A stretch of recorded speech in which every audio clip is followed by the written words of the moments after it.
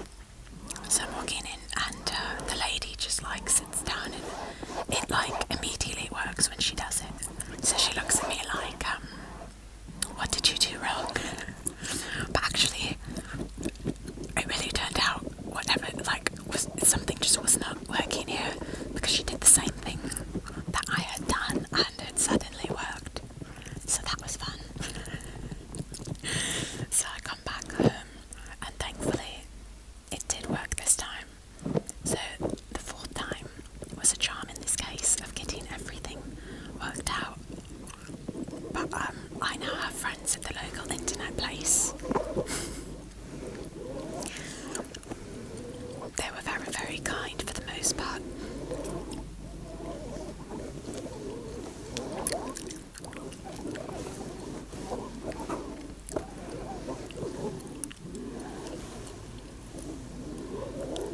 So that took up quite a bit of time recently, going back and forth and back and forth and back and forth. The good news was that most of the times I had to go there, I was able to stop somewhere else that I needed nearby and make a trip out of it. This most recent trip this morning, I was able to pick up some long-sleeved shirts from H&M at the local mall here. They have an H&M, and usually in Egypt, like a good portion of the population, women will wear long sleeves and long pants and cover their heads. When they're Muslims, not all Muslims women will cover their heads, but a good portion do.